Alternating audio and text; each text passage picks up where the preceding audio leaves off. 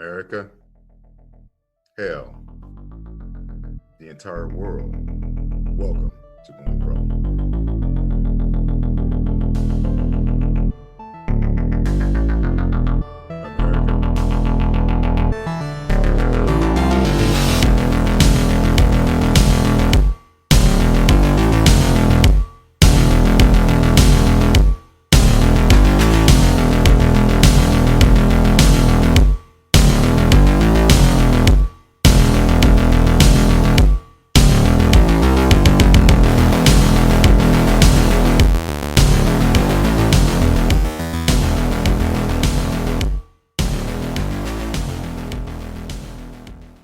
Welcome to a special quarantine edition of Going Pro. I'm the coach, Lorenzo Brinkley, along with Robert Hensley and my main man, Albert Thomas.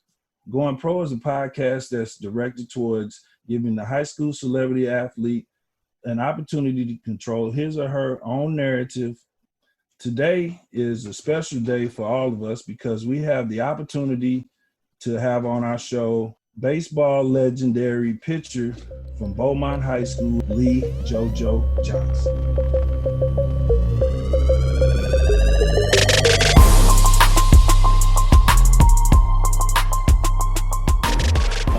I heard about JoJo before I even got into high school. And they was talking about this kid at Beaumont that threw 90 miles per hour. And I actually played against him my sophomore year. Well, I seen him play before when I was in the 8th grade. They was playing Sumner at Forest Park. And nobody hit the baseball that day. You know, JoJo was throwing that gas, man. He was controlling the game. He was out there having fun.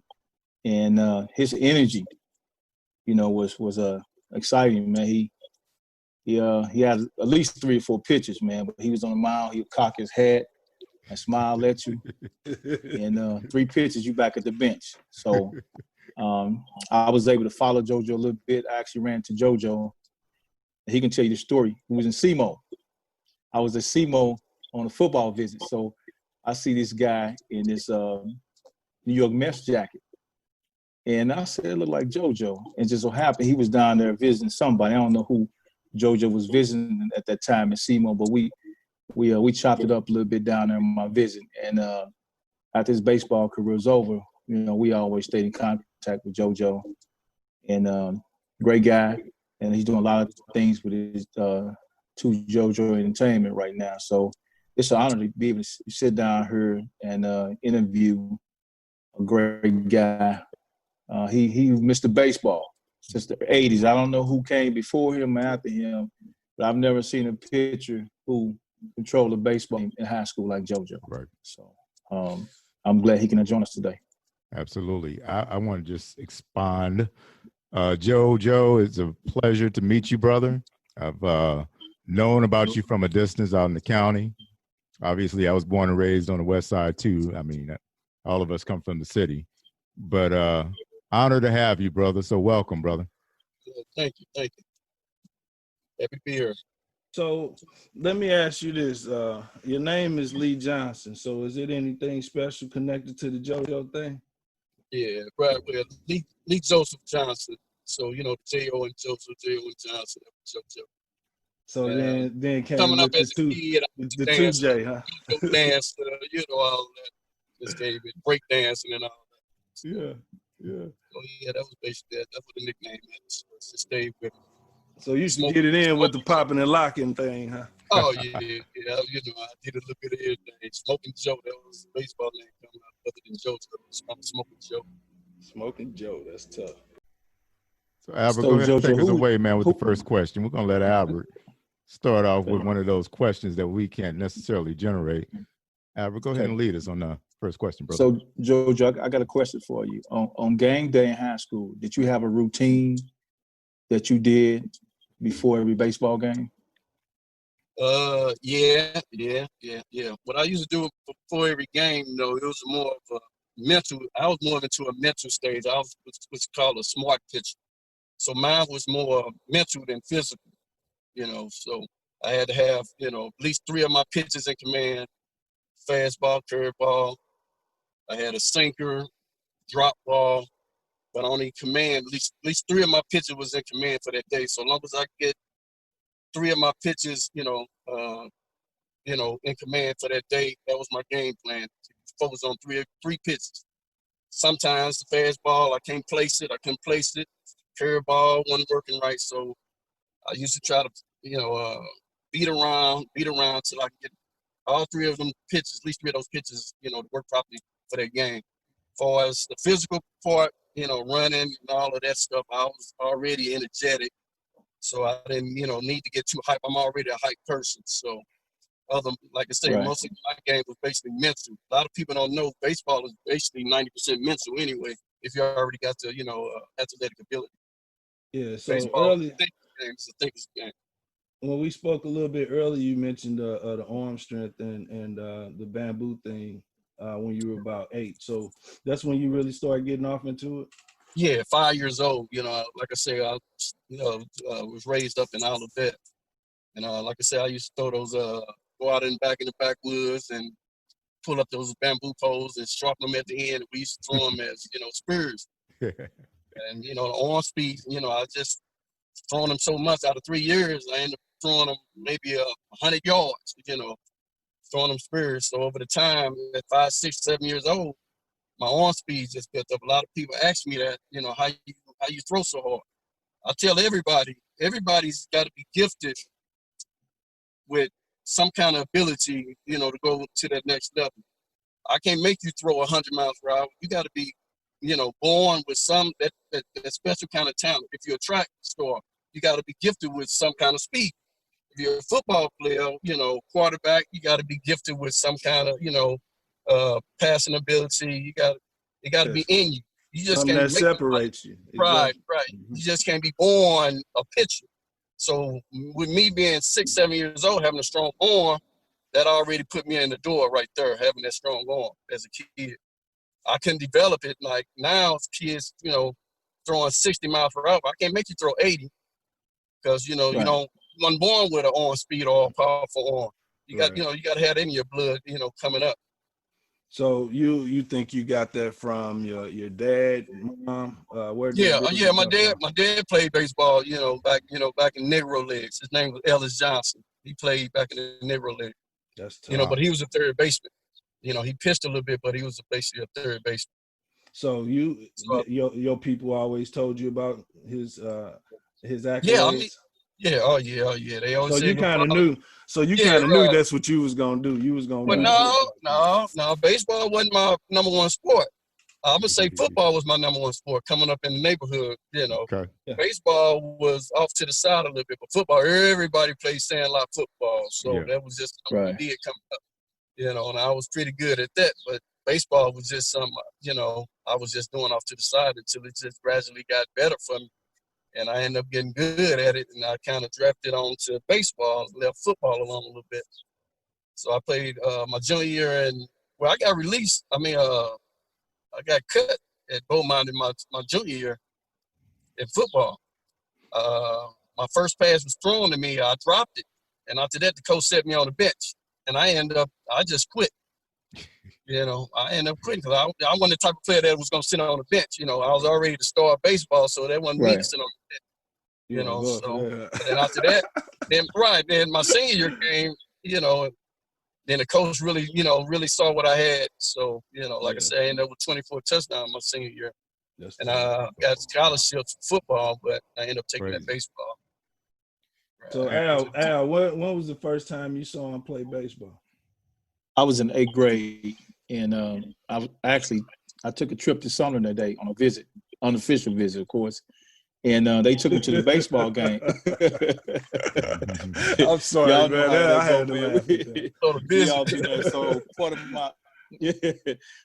part of my visit and entertainment was we were going to Forest Park, and Beaumont was playing Sumner in baseball, and everybody talked about JoJo that particular day, and I saw him on the mound. Man, I was amazed of his control. I think. yeah, that had to be my sophomore year. Yeah, and from that point on, man, I followed JoJo through his high school career. When he got drafted with the New York, it was the Mets, right? You got drafted with the Mets, didn't you? Right. Wow. Yeah. So Third, at that third point, round. I just followed JoJo. That's crazy. Yeah. Hey, Al, did I pitch against you? And you did. No. You did. And I got a hit, but I got thrown out, I think, at third base. We played at Fairground. You It got wasn't too many hits that day, though. Good contact, so that's a plus for you there. Yeah, you got contact. Yeah. That's all I want to do, man. Contact. Well, A lot of people can't say that. When you're an athlete, but believe it or not, my hardest out in high school was a guy named Lance Simmons at Sodan. Mm. Yeah, big Lance. He was a basketball player. He was known for basketball, but Lance, hey, that was one of my hardest outs in high school. That guy was kind of hard to strike out. He was legit, huh? He was legit. I had to think about that. That was one person I had to really think about throwing. Everybody else, I just do fastballs, off speed or whatever. But him, I had to think about it. Man, I find that PHL. You guys seem to be kind of going around reviewing at various schools before you go to these high schools, man. That's pretty interesting that Albert was able to come down and kind of get a peep of you, and possibly even would have went to Beaumont or something like that, man. I just kind of find that to be interesting, that with the PHL situation. I mean, everybody knew about JoJo, man. If you didn't know about JoJo, you was blind or you was deaf or something, man, back in the days, because he was the best pitcher in not just the PHL, but I think the state of Missouri. Mm. Yeah, I was right. I don't think they gave him a lot of credit. Bro, I remember playing. Hey, JoJo, I played for the Saints. You heard of it? You remember the Saints? Yeah, I remember the Saints. I played for the Saints, man, and I promise you, I used to always sit down on end and watch you pitch. And like I said, I remember them Robins uniforms, boy, and I loved that shit, boy. So, the Robins uniforms was tough. Man, that shit was so fly, man. Yeah. And then, clean, like you say, he get up there and throw that gas, and Muzz be leaving that batter's box looking sleepy. I was like, man, that's my dude right there. You have him jumping out the box, JoJo? The who? You have him jumping out of the box before the ball gets there? And that was my thing. If I knew you was an athlete, someone like Albert or somebody, I'll come at that head first. I'll intimidate you early. That'll lead me on throughout the whole game. Once I scare you, come at that head about 90, 95, I got you now. Then come with that curveball, and you freak out. Once I see you freak out, then it's done deal. Were you like Lou Brock? Was Lou Brock I'm not Lou Brock, but Bob Gibson one of your favorite players back in the days? Yeah, I mean, I used to look at it. He wasn't one of my favorite because he wasn't in my time, before I seeing him playing. My time was more, Dwight Gooden, Nolan Ryan, Smokes, and all of them type players, from like the 80 on up. But back when I was young, I used to watch, Bob Gibson and all those types. But my first pro pitcher, I met was personally was Lee Smith of the Quad. Wow. That was, the first person I, met personally, and that was in high school when I was at Beaumont. How did that feel meeting him, man? Well, I mean, he talked to me, told me, not to be, prejudiced or nothing like that. He just told me to keep my head straight because being a pitcher in the minor leagues, I was probably like one or two black pitchers on the team in the minor leagues. So it was kind of hard for me. A lot of people didn't know that because I got into, I got into a lot of problems as far as fighting a pitching coach.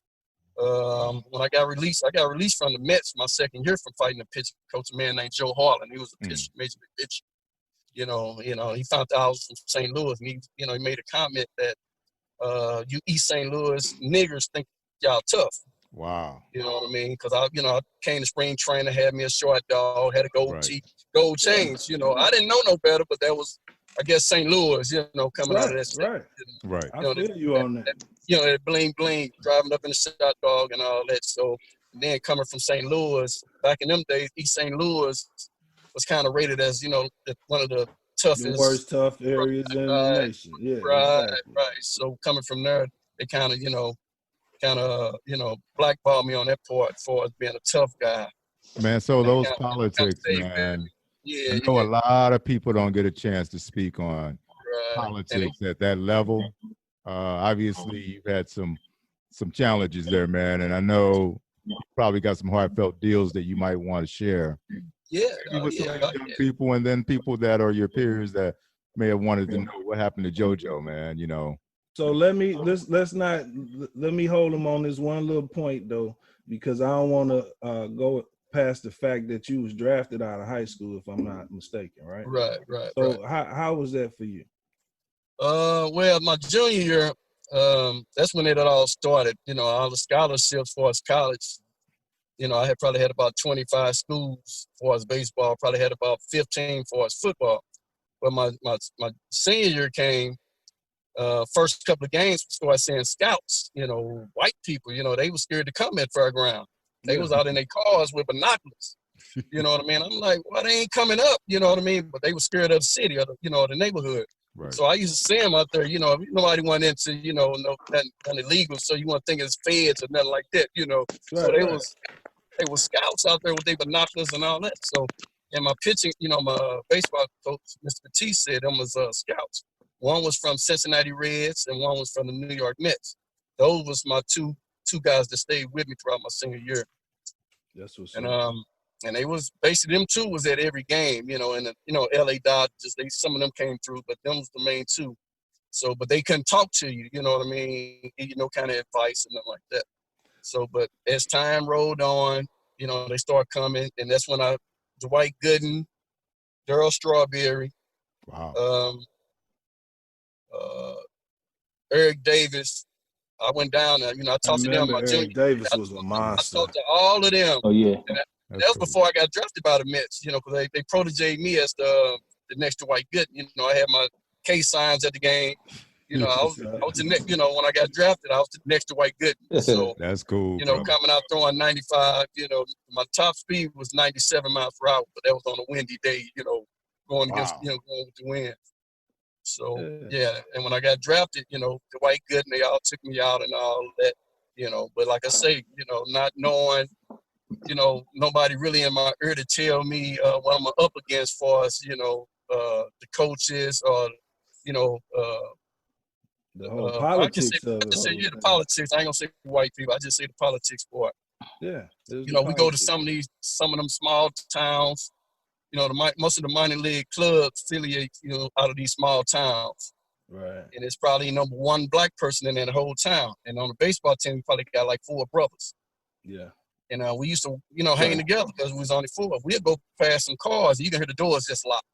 The white people scared. They never seen 4 black people together. Right. So, wow, we used to go to bars and all that, and they used to tell us we can't come in. And I didn't know all this stuff was still going on, Man, you got to speak on that a little bit more. Man. You got to speak on that. You got to speak on that, man. That brings back a memory for me, man. I remember we was downtown St. Louis. It was a rock and roll concert going on. Me and my partner was walking.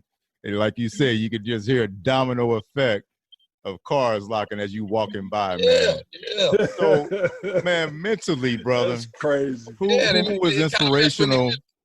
Who was inspirational in your mental guidance during that time, man? I know that had to be, coming from the city, and now all of a sudden you're in this culture that's totally different, man. Tell me about that. Speak on that. What was his name? Mr. Albert at Matthew Dick. John Albert. John Albert. Yeah, he used to be my, for us. I call it therapy, man, because I used to talk to him a lot. Him and Mr. Matthew. And they used to, school me a lot what to look out for, and what's his name, Tommy, Matthew Dick. Tommy, he the one that runs. Tommy Sullivan. Right, stuff. Yeah, so there was more of my mentors coming up and trying to keep me focused. But that was just them. But now I still had to deal with the neighborhood, 85, 90 clubs, the crack epidemic, and all this started, coming in. Yeah. Having money in my pocket and all that. So I kind of drifted away to the kind of the bad life. You know what I mean? But I still stayed focused on baseball. Mm-hmm. You know what I mean? So so I was in and out. I think I got released 3 times out of 11 years. I played 10 years. I did enough to get me a minor league pension. You play 10 years. Back then, it's 10 years in a minor league. You get a pension, or you pay 10 years in a pro. You know, so I get like $600 a month for the rest of my life worth of money with pension. You know, but being up That's and down, nice, man. yeah. But being up and down, you know, you have people. But growing up, I didn't have too many people in my ear telling me what to expect. I didn't learn all this until I got drafted. It was a little bit too late, you know, going in. You know, so you know, I kind of learned the hard way, but I was a good kid though. I really wasn't, you know, out in the streets and nothing like that. So it kind of made me stay focused. You know, but it was just kind of hard. Double A, triple A, double A, triple A, double A, triple A. You know, then once I hit, you know, 28, 29 years old, still in double A, triple A, just, you know, just time running out. They was going with the youth then. They was going with the 18-year-olds again, throwing 90 miles per hour. So 90 miles an hour. That's crazy. Right. Man, So, JoJo, I don't, you know, this is your story, brother, but can you just kind of give us a background on your family life, how it was growing up in the neighborhood, you know, where you grew up at? Kind of expand on that, man. I'd like to hear about that, brother. Well, born and raised, and like I say, born and raised in Olivet till I was like 5 years old. You know, then I moved over to North Side, Penrose Park area. That was 8 years old, and I was been over there, you know, basically my whole life, you know, Penrose Park area. My mom's still there, so you know, over there off of Bessie, over there off the street. 6 kids, you know, I'm in the middle. 3 sisters, 3 brothers, more like the Brady Bunch. That's what the people used to call us, Brady Bunch. 3 boys, 3 girls. Everybody ran track. My sister and them ran track. Everybody was into something in sports. You know, so my sister and them ran track. I played ball. My little brother, he didn't play no sports. You know, he was just more of what I call a brain. He was more of a thinker. Yeah, so, that's what's you up. know, he's just more of a thinker. You know, orchestrated a lot of stuff. You know, got his own. You know, business. Got like 3 businesses going now. So, but he didn't play any sports. My baby brother, you know, he was handicapped, and that's another thing. I came up in the neighborhood, people talking about my brother. I had to defend him, fight all the time. You know, so that was just the neighborhood. So, but kept me busy, turning flips in the vacant lots, and you know, just took my mind off a lot of stuff. I was more like a loner, put it that way. Gotcha. You know, so, but yeah, that was the family. Those 6 people. My mom, my dad wasn't there. You know, I mean, he was there, but he wasn't there. You know, he lived in St. Louis, though, but he didn't really come around till I got drafted, and that's when I kind of bagged off of him. You know, he never came to none of my baseball games. Wow. None of that. You know what I mean? My mom was there, a couple of my uncles, but my father never, you know, and he played ball. That would kind of mess me up. You know what I mean? Right, because he would have been able to kind of steer you and prepare you for running into the little money that you get and all that kind of stuff. Yeah, my father came up. There was 22 of them, so and he was the oldest. So and he had to stop. He came out of school when he was in the 3rd grade to take care of his family back in Mississippi and all that. So he the epitome of the bootstrap kind of guy. So yeah, he wasn't that kind of lovey-dovey type. I don't think I ever heard him say he loved me or nothing like that. Right. So it was kind of hard on me that way, going to my games and everybody with their fathers. And, you know what I mean? I'm like, damn, I'm the best, you know, the best thing going. I'm like, where my father at? So, you know, I had a coaches come and pick me up. My mom was a nurse, you know, so she gonna get her sometime. Shout so out like to I said, mama, man. You know, so I was like more of a loner. I was out there on my own, but I was making it happen. So how did you take that into being a parent? Because I know they had to set some parameters on how you went about parenting yours, right? Well, I mean, my parent came late. You know, I had my first kid at 45. Wow, that's dope. That's what's up. Right. Was that by design or it just kind of? No, that was by design. That was by design, you know. So I don't even not to be saying that, you know. So right, that was by design. It was, you know, time was running out. Man, you didn't get lucky, brother. Right. End up with a daughter though. So, you know, I wanted a son, but I ended up with a daughter. You know, seeing the gymnastics and all this stuff, but you know, you know, I kind of, you know, let her know how it is to come up. I let her know I came up without a father and show her more love. But I didn't have that love, you know, not from the father's point of view though. But my mom was. I showed my daughter. You know, I talked to her, let her know, you know, she with me. That's my sidekick, my little daughter. She's 8 years old now. So, right, that's my, you know, I got tricked a couple times. You know, people saying I had kids, but you know, playing ball, so I was gonna get that. Yeah, baby because you boy, said it was by design, boy. I'm finna say right, shit. yeah, I so, know I yeah, played it a was lot of all Russian roulette, dog. right. Yeah, right. And I knock on wood, coming up through the minors in these small towns with all the Yeah. different girls, Got lucky. Puerto Ricans, Mexicans. Man, Yeah. I got lucky though, so I knocked I on tell wood people on I that. got lucky, man. I got one Yeah, son, that's man. I that's a can't Proud of it. 30. am about That's a that. 30. That's a 30 right there. Your first kid Right, at 45, and you right. Wow, play you pro ain't lying ball. about that. That's So big. I met my, well, that was my girlfriend at the time, and I let her know that's, you gotta have a baby, Yeah. So Right. she already had one, and she wasn't planning on having another, but she wanted to be with me and stay with me. That was part of the deal. That was the Right. package. Right. So when So, she ended so, up having, so Jojo, let me ask you a question real quick. A high school kid, get an opportunity to get drafted now. What would you say to that kid? I know things was different when you got drafted. What would you tell a kid now if they got drafted out of high school? hey, I'll say now to keep school, keep that book, as a backup plan. Keep that college or plan B, basically a plan B. When I got drafted, Mets paid for 2 years of my college. So I went to college for 2 years when I was playing with the Mets up in Batavia, New York. They paid for that, but I didn't stay with it because I thought baseball was going Right. to take me to that level. So I ended up, stopping schooling. But now I wish I had stayed with it, to really, stay focused on something else other than baseball.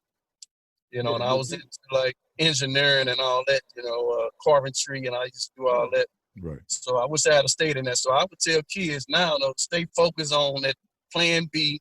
Sports is just, Plan B. that's right. That's more of window. a, athletic thing, that you can do. But, Hey, but let comes me, and go. Injuries, like I say, injuries, not to say, Right. like Yeah. advanced stuff like that can happen, Sure yeah. can. injuries. Mhm. But I say a plan B with that school. And I say stay in school and stay out of trouble. Listen to your parents, if your parents on that right level. You got a lot of parents that Right. ain't on that level. They are smoking and drinking with their kids. Exactly. I like Yeah. that question from Albert, man. Parents are so focused in making their kids the next Michael Jordan or LeBron James. Yes. And I think we kind of get complacent on reality of life. I mean, to me, that's a small window, man. I mean, injury set in, it's like the Matrix, man. You walk through this door, you're doing the athletes, then you got to become society bound, so to speak, and you got to make that adjustment. You got to constantly adjust. I know for the black, not necessarily the black athlete, man, but let's just talk about the black athlete and playing baseball, man. Obviously, we don't have a lot of athletes, a lot of brothers out there trying to play baseball, bro. What's going on with that, and how do we get that motivation into baseball, man? I know a lot of the girls don't go to the baseball games, but man, there's a lot of talent out there that should be playing baseball.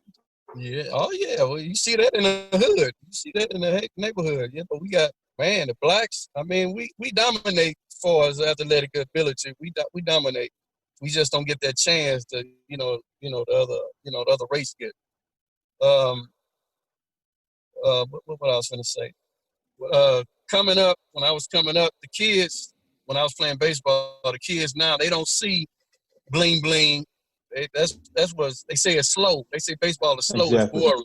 They don't see the bling bling. They don't see the fancy cars. They don't see all that. That's what kids don't get into baseball like they should, because it's boring to them. Basketball, Right. football, you got, all this, the way they dress, the fashion, the gold chains. Baseball don't have all that. You don't see people with gold chains, the bling bling and all that in baseball. And that's what the kids look at now. They look at all that bling bling. Oh, I want to be like him. All this money, and all that. And they think it's boring. That's another thing. They think baseball is boring, especially if you have a pitcher. If you have a pitcher, you just raised a thought though, because if you kind of think about it, baseball don't have like unofficial visits, so you could go see the campus. I mean, they may have it now, but back then they didn't have it kind of like it was, you get 5 official visits, right, and they was romancing you about football and that kind of thing. Right. And like I said, you don't see the fancy cars, the bling blings, and the way they dress and all that. Baseball is just boring to them, and they say it's boring on the field and off the field. If you got a pitcher, if you have a pitcher like me striking out 20 guys, what you gonna be doing out there at third base and all that? And it's 90 degree, you know what I mean? 90-degree weather is hot. You out there playing in the dirt now, you know. Yeah. At one time, I had people in the outfield just sitting down. You know what I mean? Yeah. Because they already knew we played with the worst. I played against one of the worst teams. You know, I think that was like Quadrilla or somebody like that. I mean, you know, it's just boring to them. You know, now kids nowadays just really think it's boring because there's no action for them, especially if you got they out there all day in the hot sun, no action, no ball hit to them. And then if you got a pitcher that's throwing and you can't hit him, you know, it ain't no spotlight for you. So the next couple of weeks, they end up quitting, you know. So, you know, they just think it's a boring game now. So, I mean, it ain't like you say, the white people, the way they do their baseball camps and all of that. We don't really have that in the city no more. Everybody went over to basketball and football now. Back in our days, we had Matthew Dickey had 50, 60 baseball teams. Yeah, they do. Mm-hmm. Now you're down to about 8 teams now, you know. That's crazy. And they try to say it's because of us not giving back, but it's more about the kids now. I went to Beaumont when I got drafted. They out there sagging. You know what I mean? I'm like, you know, and I try to tell them, if I'm a head coach, y'all gonna have to, you know, abide by my rules and listen. Tell them to pull up their pants. They don't want to pull up their pants. They out there lollygagging. Oh, yeah. It's just the mentality now. It's messed up. You know, I'm not saying that the white people got baseball and gone with it, but they got a little more discipline than we have. You know, for us as a whole. You got some black kids that's down for it, but not as a whole. You can't get 15 black guys on the team and think you're gonna go out there and beat these white guys. The fundamentals and the techniques and all that is different. You know. So. Well, another thing, AAU basketball killed inner city baseball. Mm-hmm. You know, because and I was with the St. Louis Eagles, and they're Bradley Beal now, but we played 100 games in the summertime, man. And you know, they don't market baseball like they do basketball or football. Right. You don't see no guys coming back in the neighborhood. These commercials, so that's another problem in the city. But like you said earlier, everybody want to be next to LeBron James. Right. But with baseball, actually, you got a better chance of getting drafted in baseball and football than basketball. Getting hurt. That's one of the easiest sports. You're right. It's just one of the easiest sports. Like I said, it's more mental than physical. Yeah, you know, baseball is one of these, and they one of the highest paid, sports out there. Exactly. And kids don't know that. I'm like, man, it ain't no wearing tires in football and basketball, run up and down the court 24/7. Baseball is basically a standstill game. If first base, second base, third base, like I said, you probably never get a ball hit to you or nothing. It's a win-win situation with baseball, but kids that say it's too boring. That's why it's out there. It's just boring. That's a good point, man. Like when you look back on the 60s or back into the Negro leagues, man, when you had black people play baseball, man, and obviously you saw them in the league in the 60s and 70s. Mm-hmm. You know, they were dominating the baseball leagues back then. And then all of a sudden in the 80s, we kind of fell off with that, man. It's a shame, man. I think much more opportunity would be available for these athletes. I mean, I know you run in track. I know you playing football. I know you playing basketball. But you probably have a better opportunity at the baseball aspect if you just learn that discipline to be able to get to that level. Right. Exactly. There you go. Back in 80s, I say the 80s, from the 80s and part of the 90s, that was black. That was black people in baseball. We had, let's say, the Cardinals, Willie McGee, Mitch. Oh yeah, the whole team was almost black back then. Right, that was that 10-year span from 85 till about 95. Right, Ozzie, Gilkey, all them cats. And they felt intimidated that we was finna take over. Just like Tiger Woods with golf, Serena and them with tennis. Right. They felt that baseball is a white people's game. Mm-hmm. That's one thing they can hold on to. Basketball went over to blacks. Football went over to blacks. But baseball is that's one sport they still got. I mean, they still have. It's baseball, and they're going to keep that. That's their way of keeping it. They have, they draft probably 3 or 4 black people. Well, you got the Dominican Republics coming up in here quite a bit. But we don't, because we're coming up in our era, we didn't consider them, black because they spoke Spanish and that, Right. So they want, African American, they Spanish and all that, and they poverty, they say if they got a signing bonus of 50 grand. That's more like probably about 200 grand, 300 grand over there. Right. So they don't ask for money like we do. We'll play 2-3 years in the pros and we get lazy. You know, we get lazy. They come in, they give you 120% because of where they come from, the way how they was brought up. Yeah. You know what I mean? So Yeah, they hungry, man. We kind of spoiled. They more hungry, man. Yeah. We come up kind of spoiled. Once we get that taste of that big money at first, then we'll go hard. But after that, we kind of slack up a little bit. Some of us kind of slack up a little bit. You know, we don't give it that 130% again. You know. So you mentioned something that you know, I talk to a lot of kids I coach about, you know, and you got to have something to fall back on. I'm talking about education wise, but you know, you kind of damn near got to be part delusional too when you thinking you finna make it to that, you know, you finna go. Right. You know what I'm saying? So you in the moment. You know what I'm saying? So, you know, a lot of stuff you don't get to see. So how was that? Well, hey, when I got drafted, I mean, I was out of the state a little bit, you know, going to Chicago, Memphis, around the Midwest, you know. But when I started hitting Hawaii, Dominican Republic, and Canada, you know what I mean, things I ain't never experienced before, man. That's great experience, man. You know, so you'll say the best things that happened to you was just getting out of the loop. Yeah, just getting out. I mean, just getting out of the hood. Period. That was a whole different. You know, it really wasn't the money aspect. You know, just having a pocket full of money, but it just, you know, get out, seeing things, exposure, and you know, and all that. Being able to spend money on type things like that. I was like, wow. You know. Man, then coming back home with people that don't have none of that, and they looking up to you like, wow. Right. You know, so. That was a good feeling, and that's JoJo. That's it, you know. So that's then, JoJo. You know, got a couple. You know, I had a couple commercials back then. Yeah. You know, commercials. And, right. You know, that was a big thing to me. You know, then coming back, I had a girlfriend back then. You know, you thinking going minor leagues, they think you pros, but that's a whole different level. Minor leagues and pros are two different things. I had to go through single A, double A, triple A. You know, and they think, you know, I got signed for $83,000. You know, that was good though. But I money, bought brother. a car. That's a lot of money. 86, man. That's a lot of money from where I came from. Right. But once you start spending, you know, bought your car, you know, got my mom situated for my little sister, you know, let her 2 years through college. You know, the money was steady going. I'm in minor leagues, you know, and the bonus was gone. You know, you get paid every 2 weeks in minor leagues. You know, you might get $1,500 there, you know, every 2 weeks. That's good. You know, but it's your money, but it's the way you live in that high life. That money was gone. Right.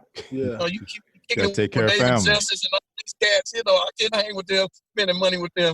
Hey man, I played with this cat that got drafted by the Falcons when Deion was playing for the Falcons, bro. So I'm talking to him on the phone, and he, you know, he ain't saying much, and I'm like, dog, what's up, man? You, I know you down there kicking you in the ATL.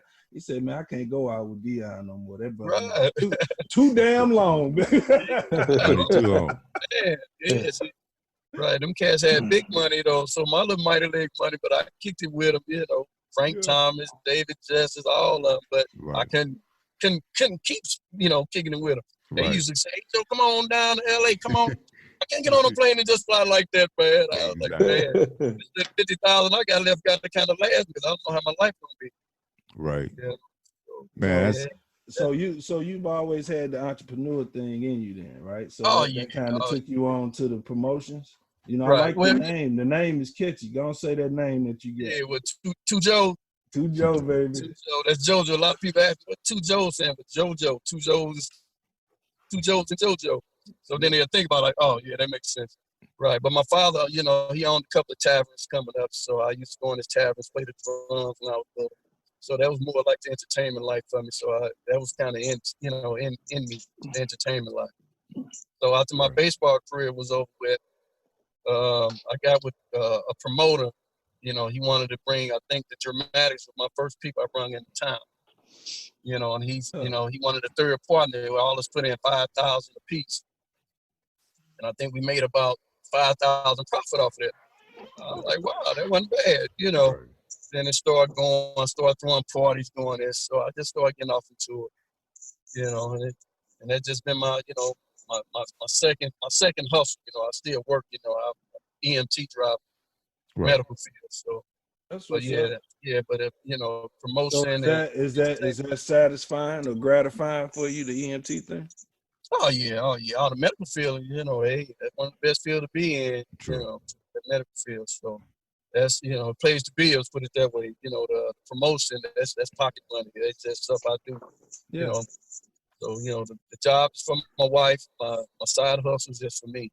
But I just like, you know, seeing people smile, man, being Yeah. happy out here, man. It's a cruel world out here, man. So it kind of ain't about you no more, right? No. Yeah. It's all about having fun, keeping us, you know, keeping people together, Yeah. you know. And that's what, you know, when I became the president of Beaumont Alumni, That's I was tight. with my wife. I met my wife. She from U City, and I used to go out to U City alumni things out at Heman Court. Yeah. Man, ain't never seen nothing that big. You know what I mean? Right. I was like, Huge. wow. I say, so this was 2000. I said, let me try to get Beaumont, since I was in entertainment and promoter. I said, let me get Beaumont, you know, see if I can get our alumni together. You know, we had our first one in 2000, ended up with like 100 people came out. Second year, 400. Third year, 500. So we ended up Yeah. Y'all up there. getting up, we got up to about 3,000 people at our picnics. So, you know, it was just glad to see everybody coming together, seeing people came up through the hood, the neighborhoods, everybody coming out, you know. So that was a great feeling. I just like to see, you know, see people with smiles on their face and meeting people, hugging Yeah. people, crying. I'm like, wow. Yeah. So if a young cat wanted to get off into promotions, what kind of advice would you have for him? I really say get with somebody you can trust, you know what I mean, and keep it at a minimum. Don't get too many people, because a lot of people out here just looking for the money, you know what I mean, or looking for a profit. They ain't looking for us really keeping people together and keeping a unity and making people happy. They just out for the profit. You know, I did a couple shows, people, you know, give me 5,000-10,000, but they just want a profit. Yeah. You know, they don't have no fan base. They don't have none of that. So I'll say to them, you know what I mean, if you're getting off into the promotion thing, you know, you got to have that in you to keep people together and want to see them as, you know, as, like I say, as a family. Yeah. And I like to see people as a family, man. I like to see people, you know, communicate, Yeah. smile, Joe, give people high five. And, you know, that's real tight, brother, because obviously I think you get a lot of that from sport, man. You know, it's all about your team members, your players. It's a brotherhood, and you want to make sure everybody's enjoying themselves. And I hate to circle back around, man, but this Beaumont experience that you had, brother, I know you played with a lot of great players. You competed against a lot of great players. Just say some of those names and some of the players that you played with at Beaumont, people we may want to reach out to, whether it was on your team or some people that you may have competed against in the PHL. Oh, well, I see a lot of players throughout the, you know, for us being a promoter and doing all these parties. I run across all athletes, you know, that I knew and was great in their time, in their prime. Yeah. And, you know, I see them daily, you know. So, I mean, I have numbers now that I can, you know, give y'all, and y'all can call them up on that level. You know, David Swinglers, you know, the Bledsoes, that's from, as far as Beaumont, you know, the Stuckies. I mean, I see everybody. So, you know, everybody that's kind of, the way I see it as people, if you made first team, all PHL, second team, you know, I can put you in that bracket. You know, everybody think they you know, they high school legends. You know, me and Albert talk about that. You know, we was coming up with you know, a sport, a St. Louis Legend, All-Star Legends banquet. You know, we was finna put together, and we was trying to come up with the concept how you gonna choose these players. You know, and I asked people, I said, you think you was a high school legend? They say, yeah, but they never made first team, they never made second team. They were just on the team. They're legend in their own mind. Right, in their own mind. So we had to come up with some kind of concept. B team legends, JV legends. Right. City, right. So right. You know, they call local legends and all that, but they was legends in their own mind. You know, so we had to kind of category them out. You know, if you was on second team or first team PHL, you considered, you know, a PHL legend. you know, if you ain't, dead or out there doing, like drugs really gone bad. So we try to pick up on them, a lot of them that made first team. That's how we came up with that concept to try to pick out the legends, the household names, put it that way. Yeah. If somebody's talk about baseball and they don't bring my name up, not being like top 5, they don't know baseball. Right. You know what I mean? How come, you can talk about baseball and you don't mention JoJo in the, in the hood? If I ain't in the top 5 conversation, you don't know baseball. Right. It's just like, say, Albert Thomas playing basketball. You don't bring his name up in that era, you don't know basketball or football. Tony, Man, that was a heck of a quarterback, too. Quarterback, right. I'm just saying, as far as the athlete, Albert Thomas, I don't know him, but you really don't know your sports if you don't know your history like that. There's only a handful that really can stand out, in certain sports. The Albert is one of them, you know what I mean? Like you're saying, Brink, and y'all played y'all sports, but did y'all, as far as the college level, people, as far as they went for football and bad, if they ain't go, pro, as far as go, I didn't go college, so I got drafted, so I can pick up on that. Right. There's so many layers to sport, and obviously everybody can't be a superstar. Everybody has to adapt to a role. I mean, I played with one of the great running backs, Tony Van Zandt. Right. And once we understood that he was the superstar, then everybody had to jockey for a role. Right. And there's a lot of team building. You learn a lot. In some aspects, you might get slighted. I kind of felt maybe in some aspects I got slighted. But I did win a championship, right? There's a lot of great relationships that was established. I love this, man, because we get an opportunity to celebrate some of our legends like you and Albert and Lorenzo and Tony Van Zandt. I played with these guys, man. I was on the same field with these guys. And that was a joy. That was a joy for me. You know what I mean? Mm-hmm. So, JoJo, I got a question for you. And we all know you got drafted right out of high school. If you would have went to college out of Beaumont, just tell me some of the schools recruited you and which school would you have chosen to finish your baseball career? Well, I chose, for my football, I chose Southern. I was going to Southern down there, Grambling, Southern, and all of that. Baton Rouge. Mm-hmm. Yeah, Southern, right. So that's why I was going to play football down in Southern. But as far as all the scholarships, as far as my academics, it wasn't really all that high, C+ average, so I couldn't get into those big top schools that way. So I was Southern, more Grambling, Gotcha. Those kind of Jackson, and that was as far as football, but baseball, man, I haven't had Harvard and all these schools in the norm. I had no 3.5 grade point average. Right. But I had all, everybody's looking for us college as far as baseball. Man, I got but like me, as far as my academics, right. My academics, I wasn't feeling school. You know what I mean? Right. So I was like, wow. So then they offered me, when they said I went third round, in the draft. Now they had, and what was so bad about it, when they draft me, I had to go pitch against a college to get my money. Because I dominated high school so bad. They really wanted to see what I can do on that next level. So I had to pitch against Merrimack before I got drafted. When I got drafted, I had to go pitch against Merrimack. Wow. Merrimack College. And I don't know how many other people had to do that. You know what I mean?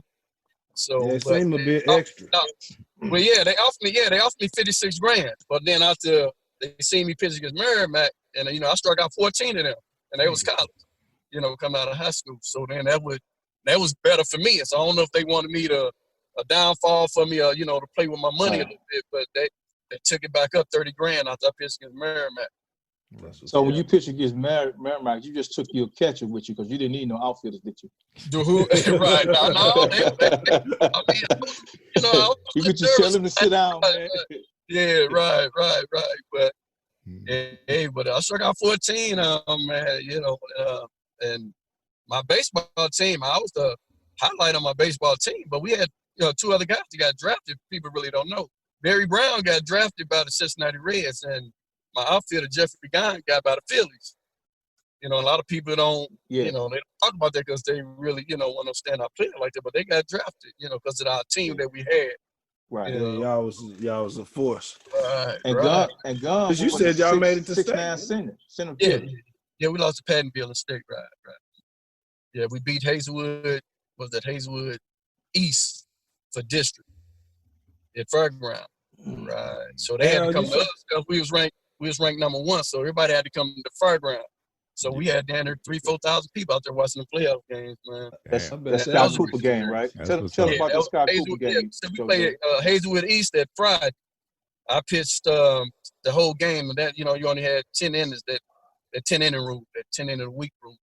So we didn't know to save me for the next, so we had to day by day, we had to win that first one first. Wow. So I pitched against Hazelwood East. You know, we beat them 4-1. Now I only can pitch 3 innings. The next day we had to play against Pattonville. That's Saturday. So how are we gonna do that? Do I start the first 3 innings or do I close the first 3 innings? So we let our next David Gamble. You know, he was our next, you know, best pitcher. I think he was like 3-0 that year. I was 12-0, so I think David was like 3-0. So they let him start it off. But Pattonville jumped on us so hard. They jumped on us like the first 3 innings. They was up 7-1. Wow. Was that You with know, Scott Cooper over there? Yeah, that was Scott Yeah, Cooper. it's Scott Cooper. Yeah. Yeah, that was Scott. They jumped on. He ain't even pitched, though. His brother pitched. Okay. You know what I mean? So I guess they were saving him for the next game to pitch against, you know. So, but Let me tell y'all this. Freshman year, man, I was walking out of the locker room to go up to the track, and at Hazelwood Central, the main baseball field was like damn near 2 fields away, you know, from where home plate was. So Hazelwood Central was playing Pattonville. So, you know, we up by the parking lot. If you know where Central is, you know where the houses are behind there. And then it's the parking lot where people park to go to the football area. Right.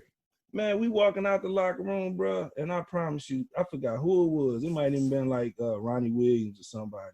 It was chasing the ball all the way up there by the fucking tennis court.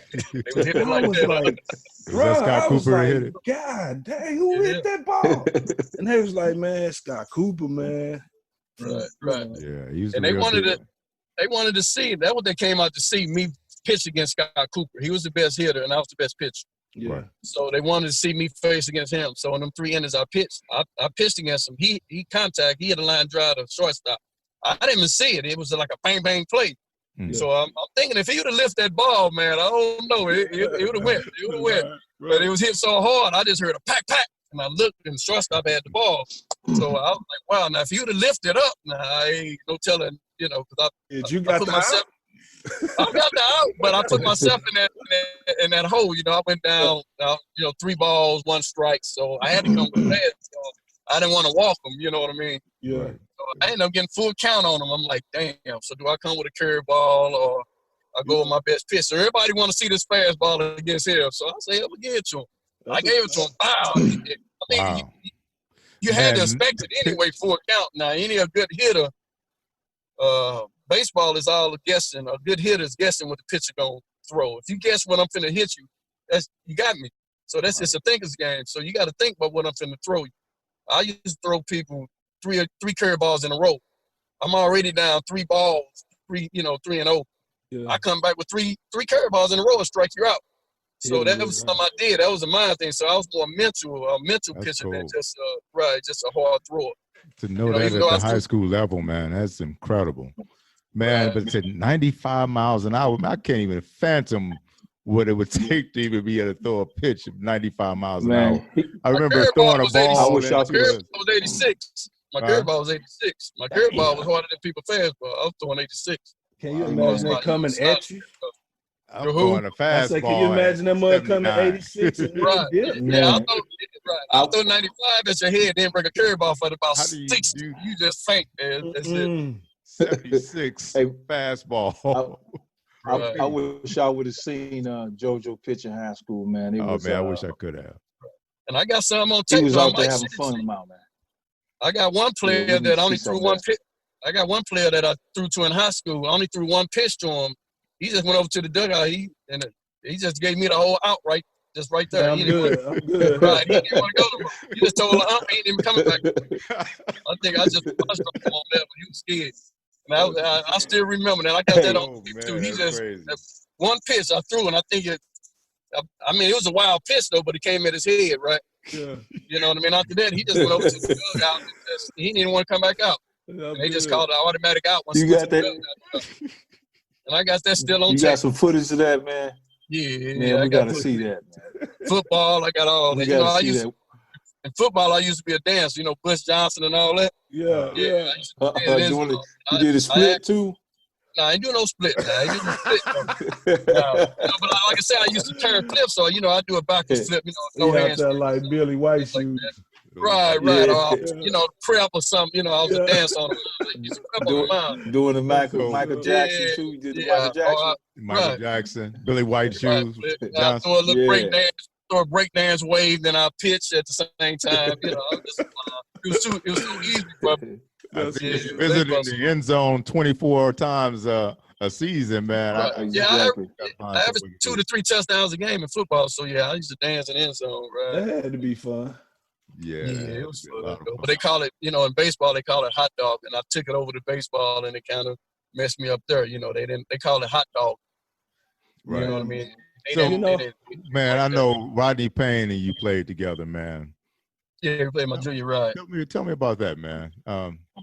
Got a chance to know a lot about Rodney over the years, man, and I know he's a dynamite football player, and I know you guys had a lot of talent over there. Obviously, the record didn't speak to your talent, but you kind of talk about that experience.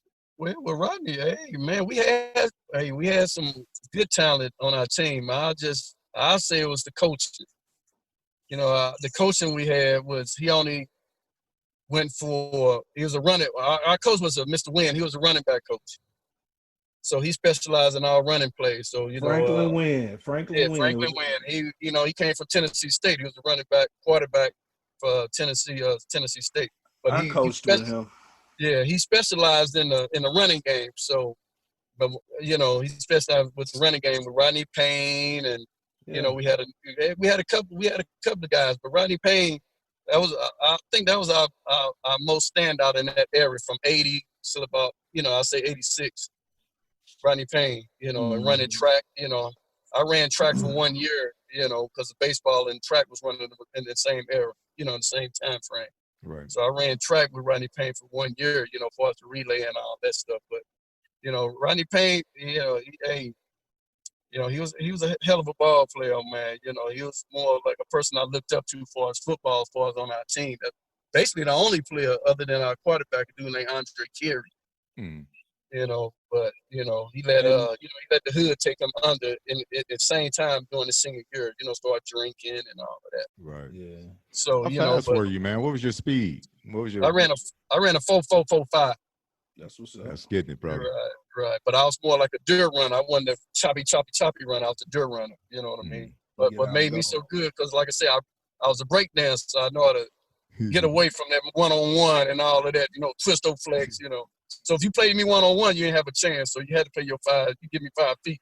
You know what I mean? Yeah. So if you played a bump and run or something like that, I get you every time, because I was so flexible and flimsy, you know. So. Did you break dance with Shalimar? Shabadoo. Yeah.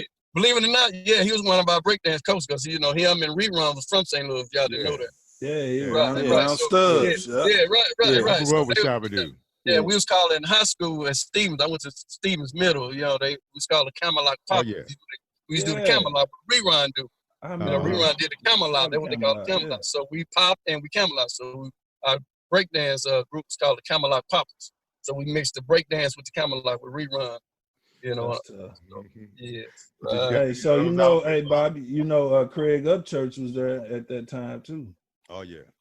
Oh man, that's a whole new podcast with that guy, man. He was, oh man. Craig Upchurch was tough. Good baseball player. Craig played a good baseball. Was he really sophomore year? Played with the Red Sox coming up. I don't know if y'all remember them called the Red Sox. The Red Sox. I remember that team. Sox. Right.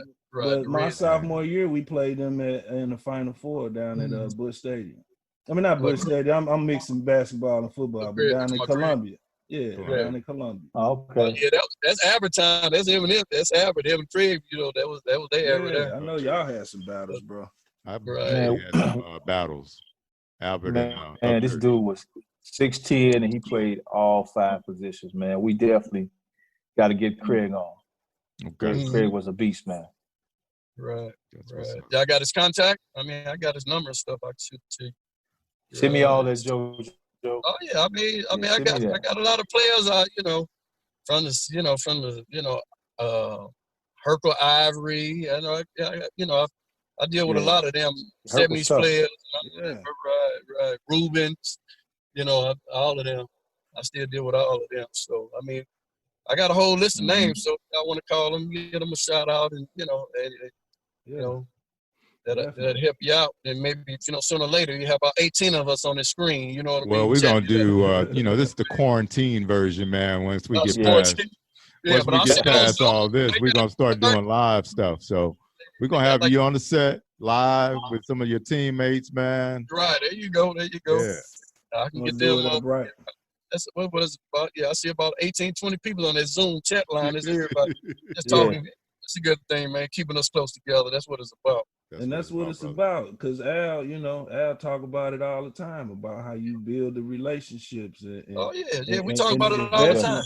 Yeah, the investment that we all put in 30 years ago, man, because we had Right. respect for each other's game. Exactly. What's up? Right. Oh yeah. Well said, I wanted to beat Lorenzo. him. But shit, I had to respect Yeah.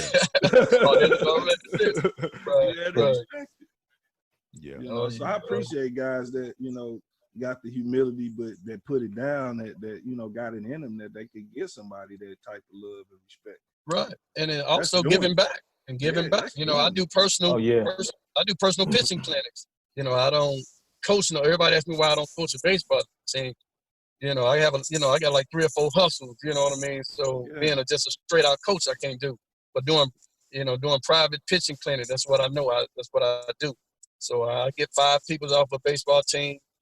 Yeah, and we want to recognize that stuff too. Right. So, Yeah. And we you glad can look at some of. mentioned You can look at some of my pictures that I brung up, and you can see how they started with no leg kick, no drive, none of that. Now they look like pro pitchers, even though they don't have an arm, but they Right. Yeah. they posture and techniques and all of that. They like wow, but now they just got to develop their arm strength, But Wow, they man, come. I had no time. idea you were doing that, man. Do you have Yeah, some I- information you want to share with Yeah. everybody out there? Yeah, Yeah, how I've do been they doing- contact you? How do people contact you if they Yeah, wanna you do just that? call. Well, give them a number. JoJo, 314-496-9358. And You like I got an said, if you email? got a baseball team, you give me all your pictures, or basically your main pictures you use. That's serious about it. You know what I mean? And I give them like 3 sessions. 2 hours, 2 hours, 2 hours. That's what's up. Technique, fundamentals, and all of that. And the coaches got to be there too. So I do mine. They got to carry on with Yeah, Gotcha. it. And, Right. and it's give them really- some nuggets to take with them. drill it in them. Yeah. And then I come back and check up on them, mid season, see how they doing and see if they taking it serious. And you just see a big difference, That's invaluable, man. But that's all I know is pitching. Very So I can invaluable. go out there and coach third base or first base. So I just say I coach, I mentor what I'm good at, and that's pitching. Right. Good job. You don't want to get a brain surgeon to go pulling your teeth, do you? Right. There you go. They ask me why you don't coach catching and third base. That ain't that ain't what I do. Yeah. Man, to that point, man, why can't pitchers hit, man? Oh no, they are you talking about up on that level? Yeah, it just seems like You they talking lose about their hitting Perry, you talking ability. about Perry. Well, I know. Back in the days, they were like Yeah. home run hitters, but when they get to the league, Right. they stop hitting. That because they pay people to do that. You got your, Yeah. got your DHs, your, like I say, your big guys, your Frank Thomas and all them. That's what they pay them for. They pay us to pitch. But now in the National League, if you go your 8th inning, 9th inning, and you still in there, you're gonna have to hit before they take you out. So, if you know how to hit. But most pitchers were the best athletes, though, man. Oh, That's yeah. the crazy Oh, part about they it. found- They found that out with me. I had like 32 stolen bases throughout my, my baseball career, and I was a pitcher. But I was a runner too, though, and they found out that wow, That's tough. first base get on, and tied up and they need a pitch runner for the first baseman. They had called me in front of the bullpen, and I steal them bases, man. That was a good thing. I had 16 stolen bases when I was in Double-A with Greenville Braves. I had 16 stolen bases. Wow. They was talking about trying to transition me over, though. You know what I mean? Play a little outfielder, but I said, let me just focus. I'm thinking they was trying to change me up then, like they was giving up on my pitcher when they did that. But they just seemed, I had, split, more split ability. Right. A lot more ability. Mm-hmm. But did you meet Nolan Ryan? Oh yeah. Yeah. Nolan Ryan. Yeah. I met. Whoa, man. I met a lot of them guys, and that was a good thing. And believe it or not, just to bring up something, I met up with Strawberry about 2 weeks ago. You know what I mean? I went up to in him. the St. Louis area, ain't he? Yeah, he said Chesterfield, right? That's what I heard. And I seen him out at the mall, man. And I was like, "Hey, what's up?" Because we call him Straw. We didn't call him Straw. We call him Straw. I said, "What's up, Straw?" He kind of looked around. He looked at me, because we used to kind of at spring training we used to hang out a little bit. Yeah. And I said, "What's up, Straw?" And he looked at me. And I was like, he looked at me. I said, "You don't remember me, though?" He said, "I remember the face." I said, "JoJo." That's all I had to say, JoJo. You know what I mean? Because I was, like I say, break dance, and I was like the party of the team. Yeah. So you're like, wow, and that's the time I was doing my baseball clinic. So I invite him out to some of my clinics to, with the kids, but the kids don't know Strawberry. That's Wow. crazy. Right. They don't know none of the players back then. I'm That's missing crazy. David Justin. I'm missing Doc Gooden. all them. Yeah. They don't know none of those players, man. So I can't bring them. I can, but Yeah, it ain't gonna have the kids same don't know. The impact. kids don't. Yeah, they ain't got the same. Yeah, right. So they don't. Same, man. Now y'all, I can bring them around y'all. Oh yeah. Yeah, I'ma- but bring I'll around be these. starstruck. Yeah, right. I bring them around these kids, man. I say, well, I got some old pro players that's come out and do my clinics with me. But it's the people they don't know, so they kind of look at them like, man, I don't know these cats. Shit, they parents don't know. Man, Right. their parents don't know, right? Right, because they so young. Yeah. Right. And I ask kids now, though, do you know any pro players? They probably name one or two. Back in our day, we could name you a whole couple of teams. Yeah, we knew the rosters. Kid now. I ask kid now, give me a picture now. They can't call nobody. Pujols, first thing come out their mouth. Man, I was a Ricky Henderson, and Ricky Henderson was my guy, brother. Right, you go to Conseco and all these guys that was hilarious to you, but hey, we knew them though, Yeah, Tony Ricky Gwynn Henderson, was Barry my Bonds, Tony Gwynn was Right. my cat. Rod Carew. There Rob you Carew. go. Yeah. There you go. Arcan Boy, them names Yeah, like yeah, that. yeah. You're like, wow.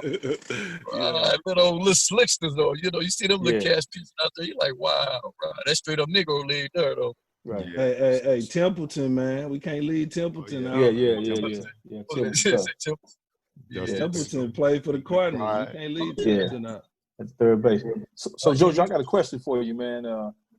The major league, where the Cardinals got these Cardinal curve fields in the neighborhood, and they're not being used. So as a baseball player coming up, and that was your main sport, and kids today don't take advantage of what they have in the neighborhood. How would you feel about that? And also, how you think you can bring baseball back in the city, or you think baseball is just dead for inner city kids right now?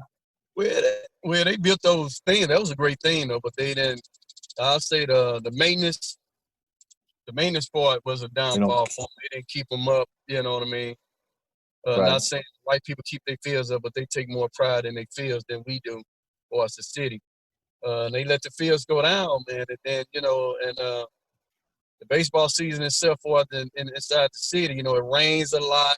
They probably get about 10 games in a season now with all this raining and all this stuff now. And the field just ain't kept up.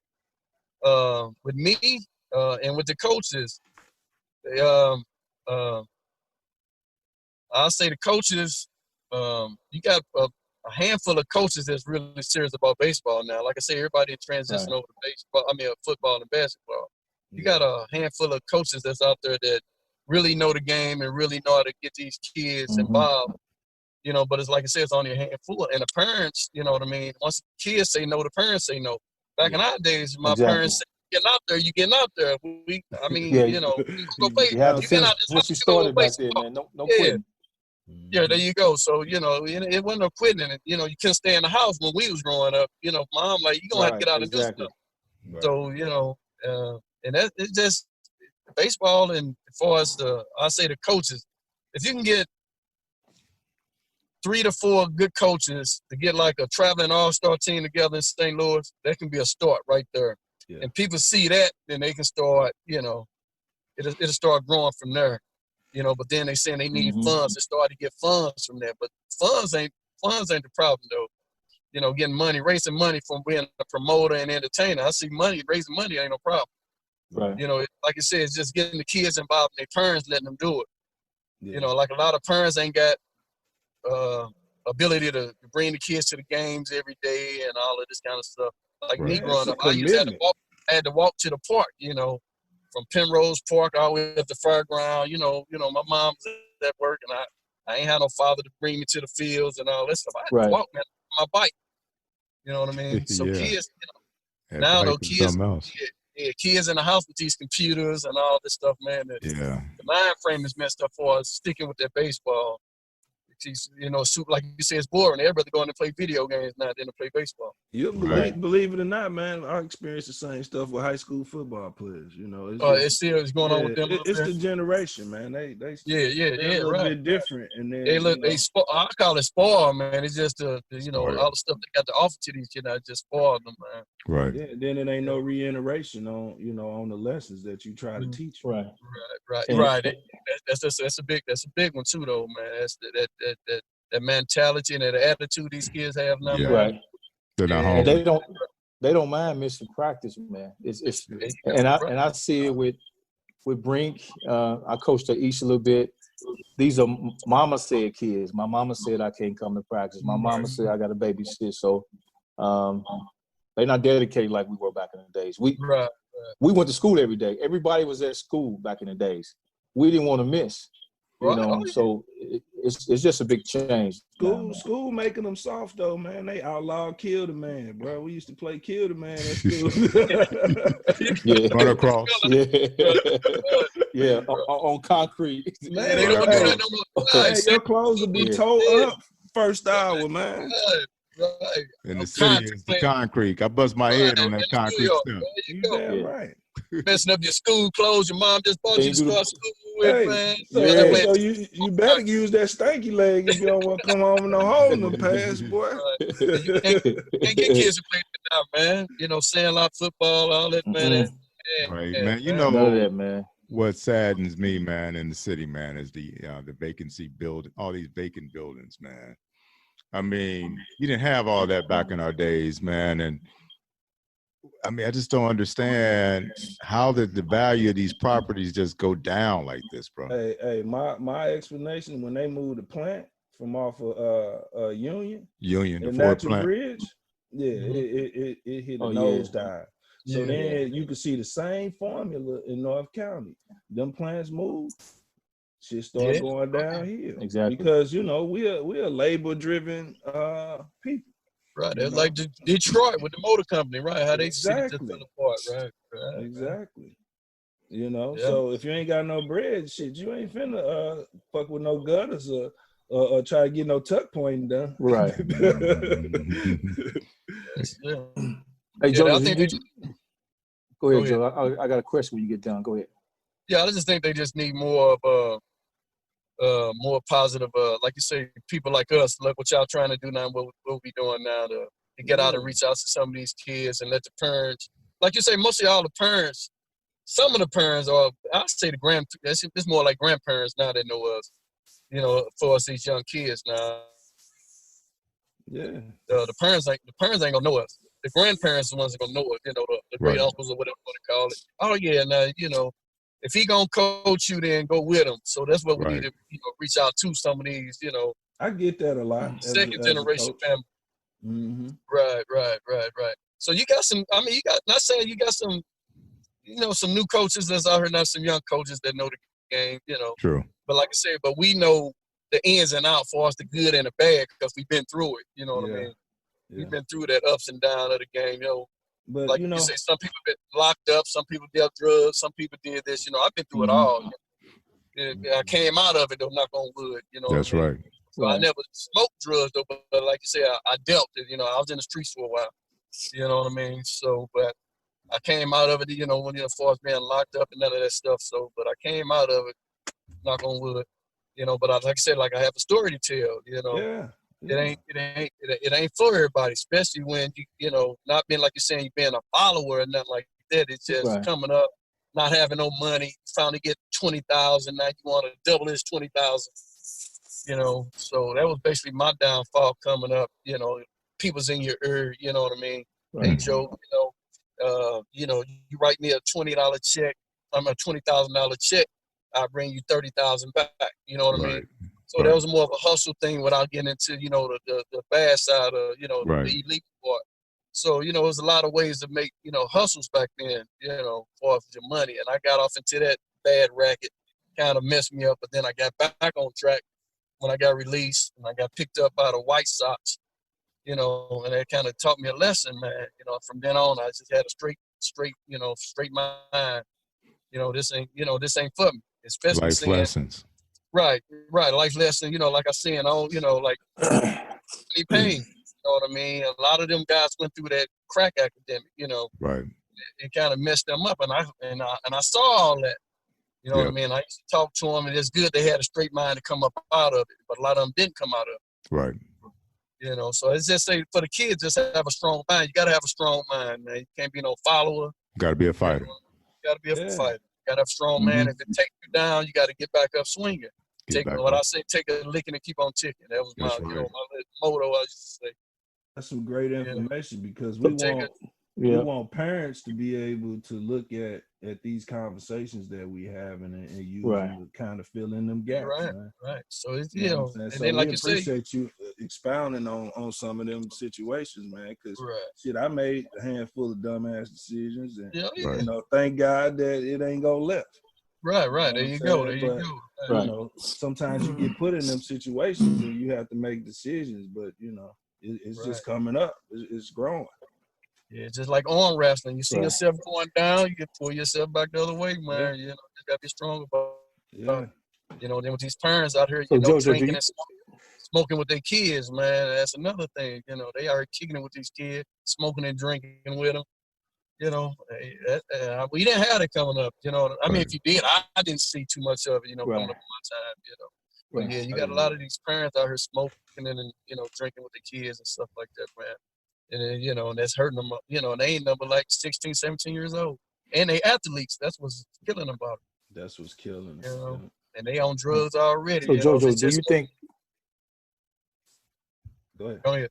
Do you think your Beaumont family and the district, when you was going through your journey in major leagues, you think they supported you and showed you love? Oh yeah. Well, you know, you got your haters, man. You know, you got your haters. You know what I mean? But you know, we know that. Say that again, Jojo. Yeah, your haters out there, man. Everybody, you know, a lot of people want to see you succeed, man. Especially if they was good in their time. You know what I mean? Yeah. They think you know, killing they fame or something. I'm like, wow, you know. That's but you know, you got a lot of haters out there, though, man. But then you got a lot of people that's pushing for you, happy to see you make it. I mean, it can be for the bad reason. They can want you to make it because you might want to pull them out the gutter with your money or something. Ask for a loan. When I got drafted, I had people calling me in the third grade. You know, you remember me? Oh, so they come up. You know what I mean? You know, they seen that little, you know, that money thing. So what was the first thing you bought when you got your first check from the Mets, man? Car. Well, when I got drafted, that was in June. I left June the 14th. Had to go to Single at Kingsport, Tennessee. You know, so they gave you 2 installments. They gave you $40,000. They gave me the other 40 when the season was over with. So when I got home, I bought me a short dog, you know, a little Cadillac. I think it was an 86 short dog. You know, right. You know, that was, you know, so, but I didn't buy it straight off, you know.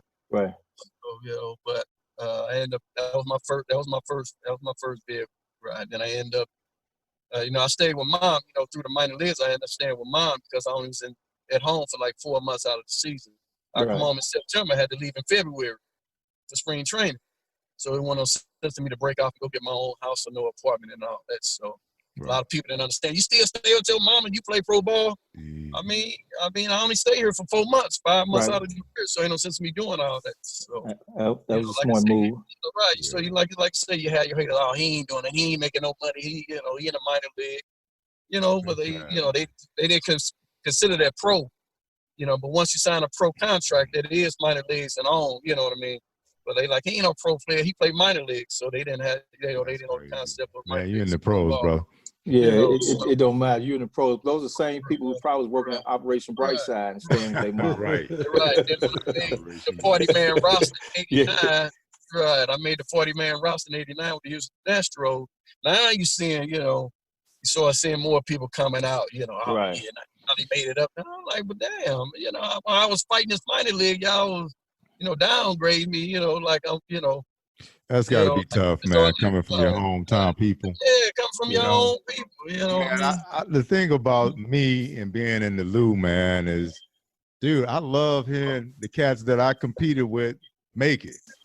It's a part of me that feel like I made it, man. And Right. to see y'all do that, man, I'm on the TV looking to see what's next for you. You know what I mean? There you go. It's crazy that we got people like that that's out there, man. Because glad to see you never fall. know how much further you could have went if you could have had a little bit more encouragement from that. Right, there you go. That's what I try to bring on to the kids now. I try to, put in their mind a lot of stuff I didn't know coming up, for us, what to look out for as far as playing on that pro level.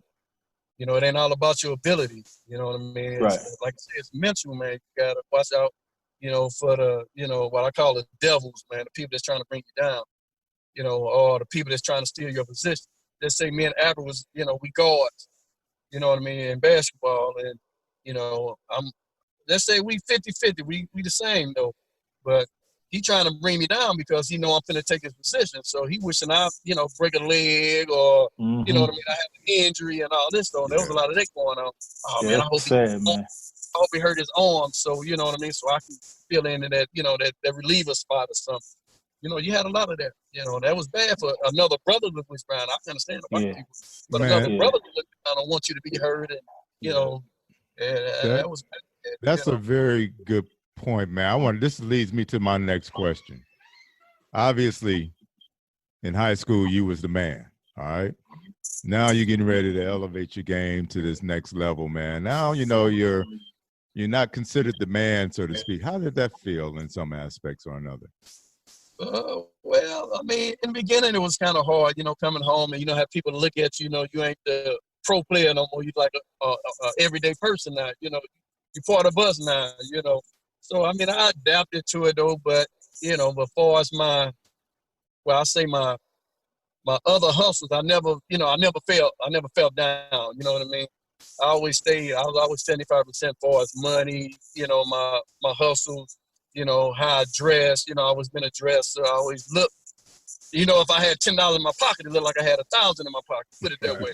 So, you never let nobody know what, what's inside, on the outside, I always stayed apart though. But, deep down inside, I was hurt, you know what I mean? And, people don't kind of look up to me like it was when I was playing, you know what I mean? So I'm like, everyday person now.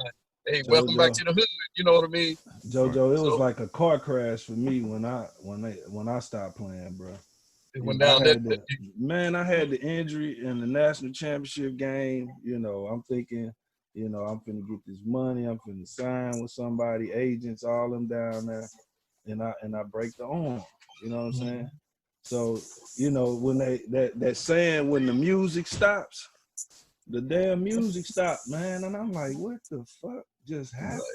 Yeah, but you didn't come punch drunk over it. You know what I mean? A lot of these kids, a lot of these players went punch drunk after their career was over with, or their college career, their high school fame. They got off into drugs. You know what I mean? They didn't have no strong mind frame for that. Yeah. So they let themselves go because the popularity wasn't there for them like that, man. Like, damn. Yeah. So for me, once it was over with, I had another, like I said, another. I call it a fame. Yeah, I'm saying a fame thing that kind of kept me in the spotlight. I always been in the spotlight growing up because I was always in the neighborhood. I was the best player. You know what I mean? The athlete of the neighborhood. So I always been in that spotlight. But after baseball was over with, it kind of went down like, damn, I ain't no, that pro player again. So a lot of people kind of look down on it, like, well, he ain't no, say if you ran up to a girl or something, they like, who is that? Oh, he ain't nobody. You had that kind of feeling now. You know what I mean? Like, he ain't nobody. While they looking at, hey, now I got to spit some game, huh? Darnay Scott, I came home, hanging out with Darnay Scott when I got, the best football player when I got, released. Yeah. How everybody used to run up to him, you know what I mean? Like, damn, they forgot about me. You know what I mean? Right. Like, damn, Darnay. Oh, JoJo, he has been, you know what I mean? So now, they all on him now. But, like I'm under his wing now, you know what I mean? That's just my partner, we hug out. I kind of, taught him the ropes for us, the mental game, what to look out for and all that. That's tight. But yeah, it felt kind of, it felt bad at one time though. But like I say, I didn't get bus drunk. I just took a lick and kept on ticking, man. Yeah, that's what's up. Salute to you, my brother. But everybody been through that, man. But even when you didn't make it to the pros, or you come on from college, Right. people gonna look at you a little different. It's how you. It's almost like Kobe, may he rest in peace. He was on his second journey. Right. You know what I mean? And That's right. his life was cut short. But you gotta have a plan B, man. You got to just keep your head up and keep it moving. Right. And, that's a good point too, man. JoJo, everybody still knows you, man. I mean, knew you in high school, knew about you in high school, and everybody still knows JoJo. I've been to some of your celebrations out there, and I mean, your name is still kind of stood the test of time, man. JoJo, I got a name for you, Kevin Ward. You remember him? Oh yeah. I lived on Redbud. Redbud. And Kevin he had Ward that was damn a Roberts runner. uniform, boy. Yeah, he was the runner though. He was like put the pieces on the team. Yeah, Kevin was a runner. Yeah, he was a speedster though. Yeah, old Kevin Ward. You stayed on Redbud? I stayed in 4500 block, man. Keith Ken and all them. Yeah. I had a girlfriend that stayed on Redbud. Hey, Keith Kent. Now, see, he was another athlete. See what I mean? He was a hell of an athlete that couldn't get past that next level. Yeah. All the hood took a lot of us down like that, man. Just academic or it was the street. Hey, shit. I had my struggle. Or injury. Them three right there. Yeah. That'll do it to you. Mm-hmm. Right. So like you say with Abbott Thomas, I used to think, when he went to college, what happened, as far as going to that pro level, you know what I mean? But I never sat down and talked to him about it because, things happen, you know what I mean? So I didn't really, I don't really ask people, what really happened to their career and all that, you know what I mean? But we talk so much though, but, things happen though, man. So I don't really get into people's lifestyle, and ask them all questions like what happened, because, you weren't in the streets, the average to me was, I was a street person, but after he was more of a school person than me coming up. I was used to, look at him, Yeah. I was more hardcore. My hat used to be turned to the side when I, I came up that way. But when I see it happen, I say he's like a school boy. So I was like, damn, what happened? When he went to college, Man, I ain't no angel, man. I had a little dirt too, man. I got drafted twice after I left TCU because I graduated from Southwest Baptist, got my master's in rec, got my degree in rec sports, and I got a master's in Lindenwood. And a lot of people don't know that about me, man, because I was the dumb jock in high school. Yeah, I got a master's, but that's impressive, brother. I don't worry about what people say, man. I just keep it moving, and I'm not gonna walk around and broadcast what I did when I left TCU. I went to the league. That was a league to me getting the master's. But I went in the streets, man. I wasn't that kind of guy. I was afraid of the streets, man. Well, you can learn a lot of lessons, man, being in the hood.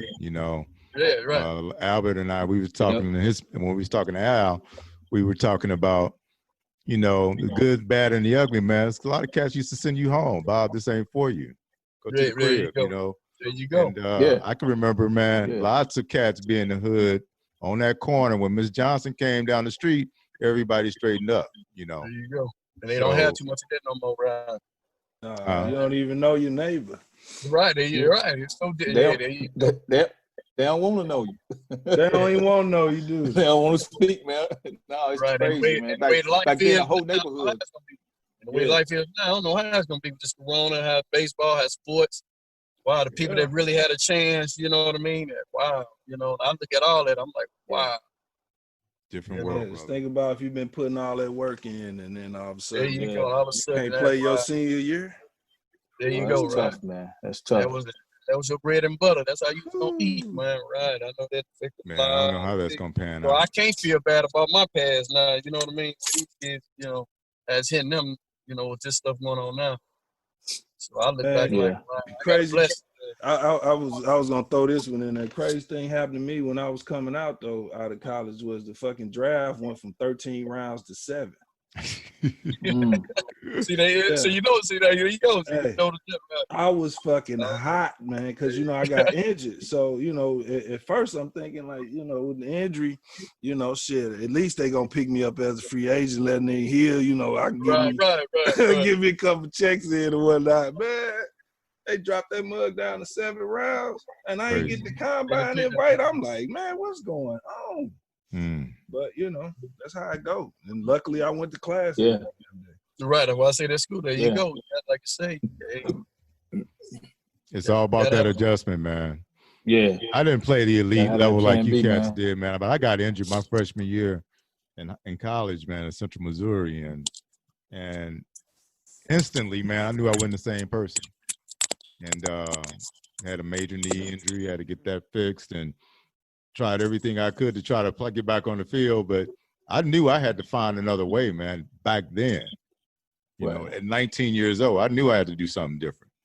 I had to try to figure out some way to be able to survive out here, man, because I'm not going to the pros now, you know. At 25, I was wishing I had thought that kind of way. You know Right. what I'm saying? Because, you know, I was trying to transition and function through. I was just taking jobs and working jobs and wasn't even feeling the job. I'm like, man, this some bullshit. So then I quit a job, go on to something else. You know, it'd be a good job too. You know, something somebody might want. They'd be like, man, that's a good job. I'm like, man, I don't give a fuck about no good job.